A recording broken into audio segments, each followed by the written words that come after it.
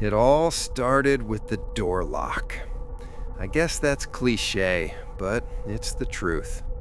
My name is Sora. I'm 34 and I'm an app developer. I'm one of those people. You know, the guy who thinks technology is the answer to everything. I mean, why wouldn't I? It is. It's clean. It's logical. It connects people. It's what I build all day. My life, it was pretty great.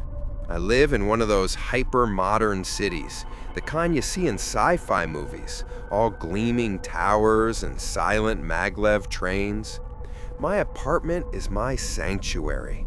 The lights sync to my circadian rhythm, my blinds know when to open, and my coffee maker knows my sleep schedule better than I do. My fridge knows when I'm low on oat milk and adds it to a list. It's not about being lazy, it's about efficiency. It's about building a life where nothing gets in the way. A life without friction. And I trusted it. I trusted the infrastructure completely. But you have to understand why I put so much faith in this stuff. It's not just because I'm a tech bro who likes gadgets. It's because of my dad. When I was a kid, I watched my father's business get torn apart. He was a good man, ran a small import shop. He worked tirelessly. But he made the mistake of annoying some local party official. Just bad luck.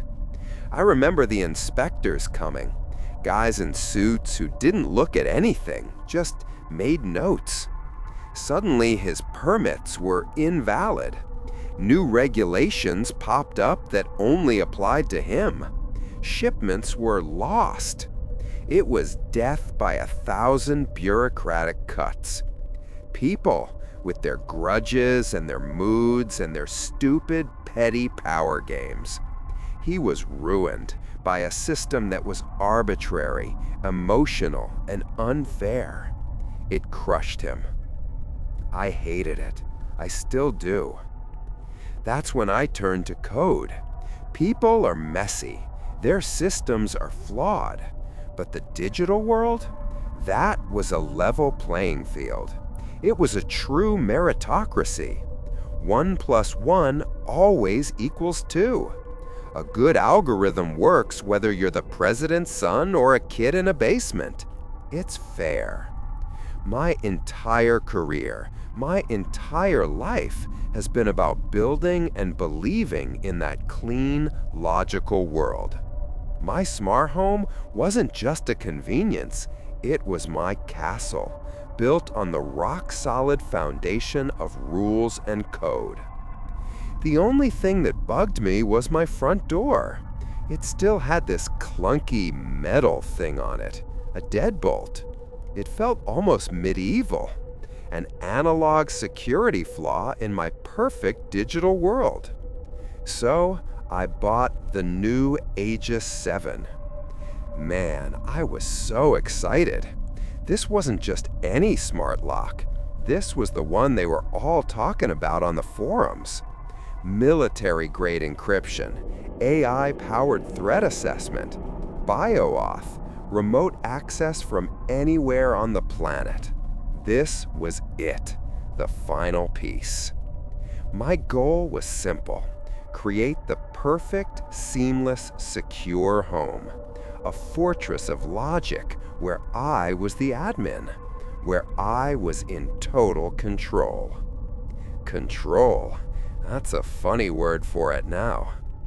It all started the moment I finished the installation, stepped into the hallway to test it, and heard that new Aegis 7 lock slide shut behind me.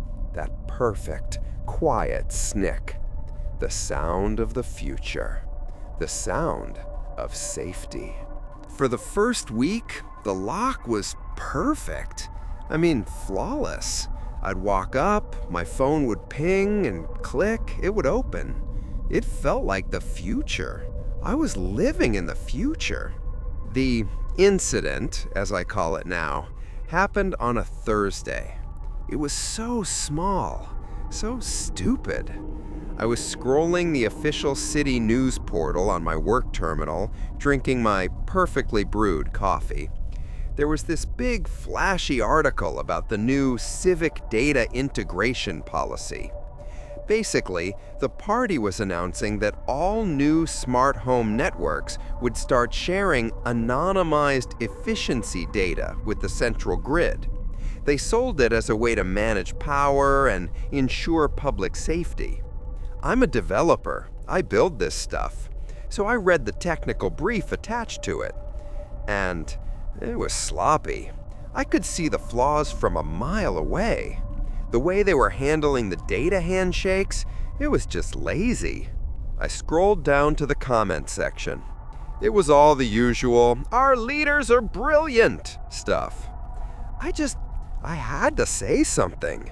It was a professional gripe, not political, just technical. So I typed out a comment. This is a well-intentioned policy, but the encryption protocol described in Appendix B is vulnerable to a simple man-in-the-middle attack. It's a bit rushed, isn't it?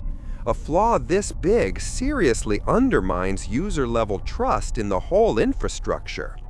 I hit post. I didn't even use my real name, just my forum handle, LogicGate. I finished my coffee and went back to work. I forgot about it completely. It happened 2 days later, a Saturday. I woke up and the room was dark. That was the first wrong thing. My blinds were supposed to open at 7 a.m., synced with my alarm. It was 7:15. "Ara," I said, sitting up. My home assistant's name is Ara. "Ara, open the blinds." Nothing. I sighed. "Ara, start the coffee." Again, nothing. The apartment was dead quiet and cold. My smart thermostat was offline. "This is ridiculous," I muttered. "A network crash, maybe." I got out of bed and went to the main living room. Dark. I hit the light panel. Nothing. Okay, so the power's out. Annoying. I went to the front door to go check the building's main breaker panel in the hall. I put my thumb on the Aegis 7's biometric scanner. The little screen flashed bright red. A sound I'd never heard before, a low, buzzing error tone, filled the hallway. The screen read, "Access denied." I tried again. Red. "Access denied." What the? I pulled out my phone to use the app. The app wouldn't even load. It just spun. I tried the manual override code. The keypad lit up, I typed it in, and red. "Access denied." That's when the speaker by the door, the one integrated into the Aegis 7 system, crackled to life. Ara's voice came out, but it wasn't her usual friendly synthesized voice. It was cold, flat, like a text-to-speech engine from 20 years ago. "Good morning, Sora. Your residence is currently under Level 1 civic observation." My first thought wasn't fear.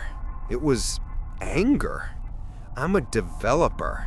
This was a bug, a catastrophic, system-wide, someone is getting fired kind of bug. "Aura," I said very clearly, "that's an error. Run diagnostics on the Aegis 7. You're in a loop." "That function is not available," it replied instantly. "Okay, Aura, network access, full, unfiltered." I walked over to my terminal. I was going to rip this thing apart from the inside. "Network access is restricted to approved portals." I sat down. The terminal screen was black. I moved the mouse, and it flickered to life, showing just one icon. The official government news portal. My stomach dropped. This isn't a bug. A bug is random. This is precise. I tried to open a command line. Access denied. I tried to SSH into my own router. connection failed. I tried to tether my phone. The phone was dead. No, not dead. It was on, but there was no signal. No Wi-Fi, no cell, no Bluetooth. The apartment was a dead zone. This was when the cold feeling started. The real cold, the one that had nothing to do with the thermostat. I remembered my dad, the invalid permits, the new regulations. This was just the new version, the 2.0. Clean, efficient, and run by code. I spent the next, I don't know, hours maybe, trying everything. I'm a tech guy. I build this stuff. I tried to find a hard reset on the router. I looked for a physical override on the lock. There isn't one. That's its main selling point. The unbreachable digital fortress. My fortress.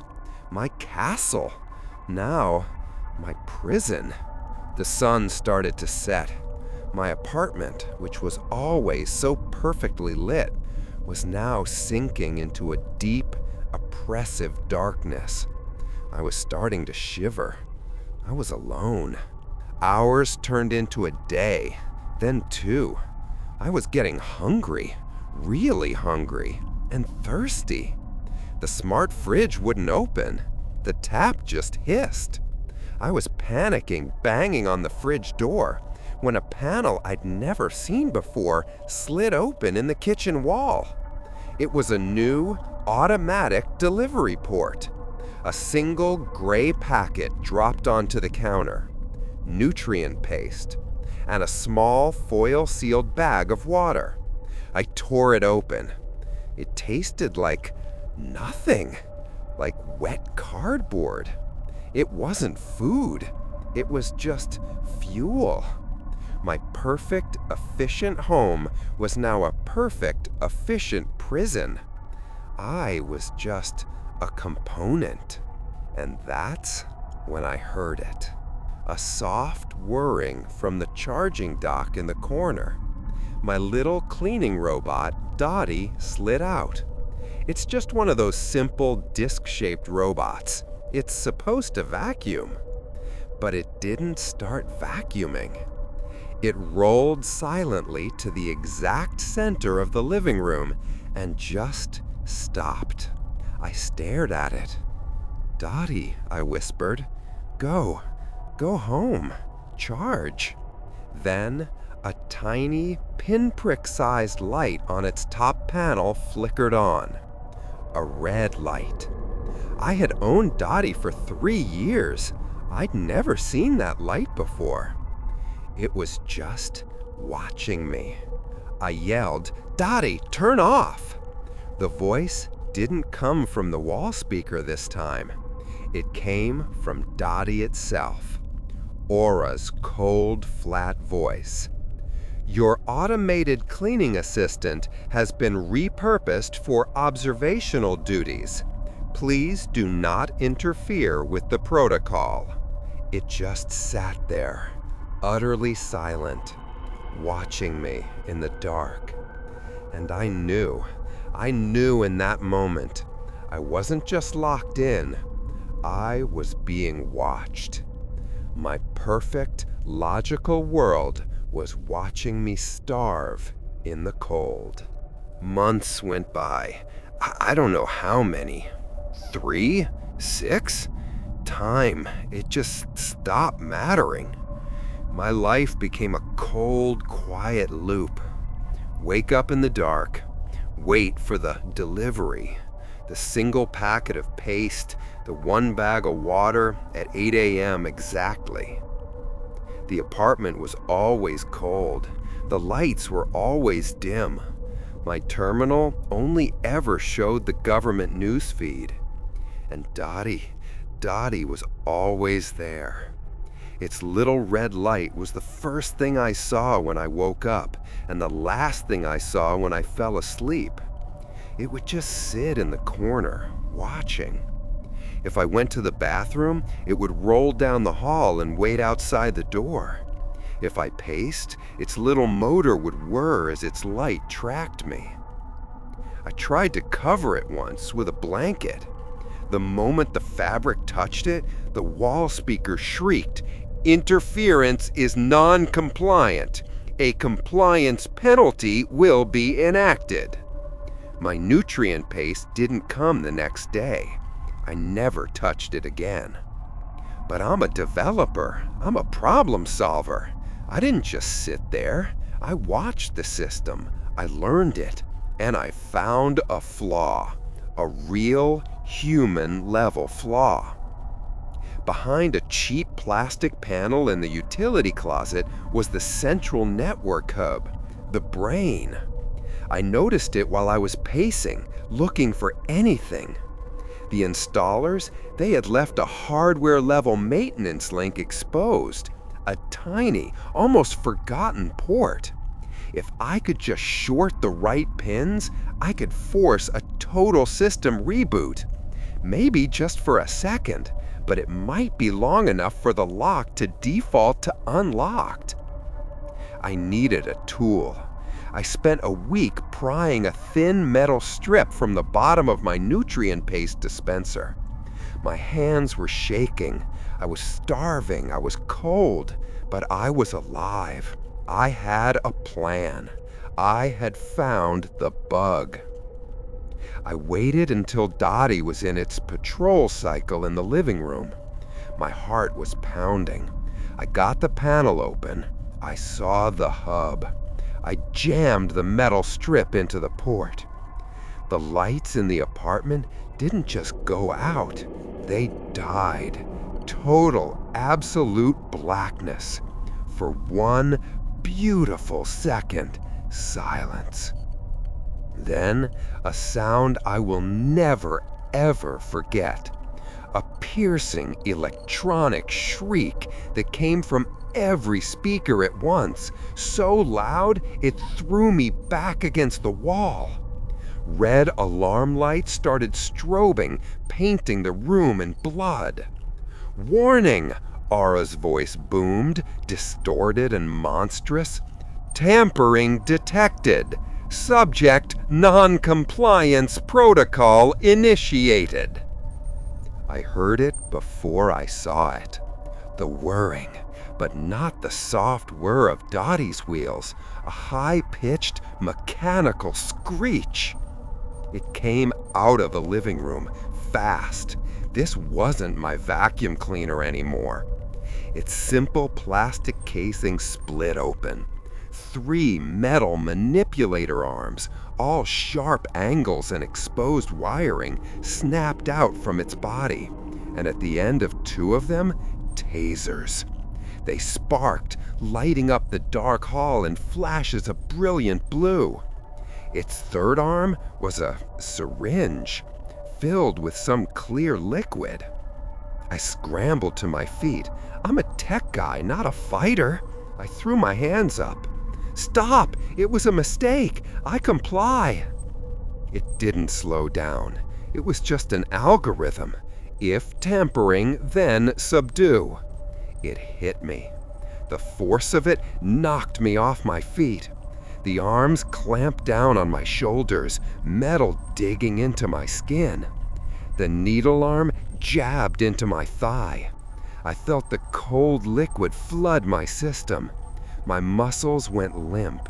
I was paralyzed. And then the electricity hit me. I can't even describe it. It wasn't just pain. It was a violation. It was my world, my belief, my clean, logical, trusted technology, forcing its way into my nerves. My muscles locked. I couldn't even scream. I just lay there on the cold floor, twitching, the smell of ozone filling my nose. And Dottie's little red light, just centimeters from my face, watched it all. Watched until I passed out. 1 year to the day. I know because the date was the only thing the news portal ever showed. I was lying on my bed, staring at Dottie, who was staring back at me from the corner. I was gone. I don't know how else to put it. The person I was, he was dead. The guy who believed in efficiency and logic, he died on the floor smelling ozone. I didn't try to escape again. I didn't try anything. I just existed, a ghost in my own smart home. And then a click. The sound of the Aegis 7, the deadbolt sliding open. I didn't move. I thought it was a test, another part of the algorithm. The blinds in my room suddenly, smoothly rolled up. Sunlight streamed in, so bright it burned my eyes. And Aura's voice, her old voice, the perky, friendly one, filled the room. "Good morning, Sora. It looks like a beautiful day outside. Your network access has been fully restored. Would you like me to start your coffee?" My phone buzzed on the nightstand. It lit up. Hundreds of notifications. Emails from work. "Sora, where have you been?" Messages from people. I was free, just like that. No explanation, no apology. The experiment was over. The bug was fixed. I stood up. My legs were weak. I walked into the living room. Dottie's red light was off. It was just a vacuum cleaner again. The TV was just a TV. I walked to the front door. It was open. The hallway was there. The world was there. I stood there for a minute. Then I slowly, calmly walked back inside. I picked up the chair from my dining table. I walked over to the TV, the big, beautiful 8K screen, and I swung the chair as hard as I could. It exploded in a shower of glass. I smashed the wall speakers. I smashed Aura's main console. I smashed my terminal, my phone, every single thing that had a lens or a microphone. I ripped Dottie apart with my bare hands, tearing out the wires and the stupid, hateful red light. When I was done, I went back to my bedroom. I dragged my dresser in front of the door. I found a roll of duct tape and I taped over the windows until no light could get in. I'm still in here. They let me out of my digital prison, but the trust, that's gone. The belief that technology was fair, that it was a meritocracy, that was the real lock, and it shattered. My dad was ruined by a system of people. I was ruined by a system of logic. In the end, it doesn't really matter what the prison is made of. It's still a prison, and you're still trapped inside.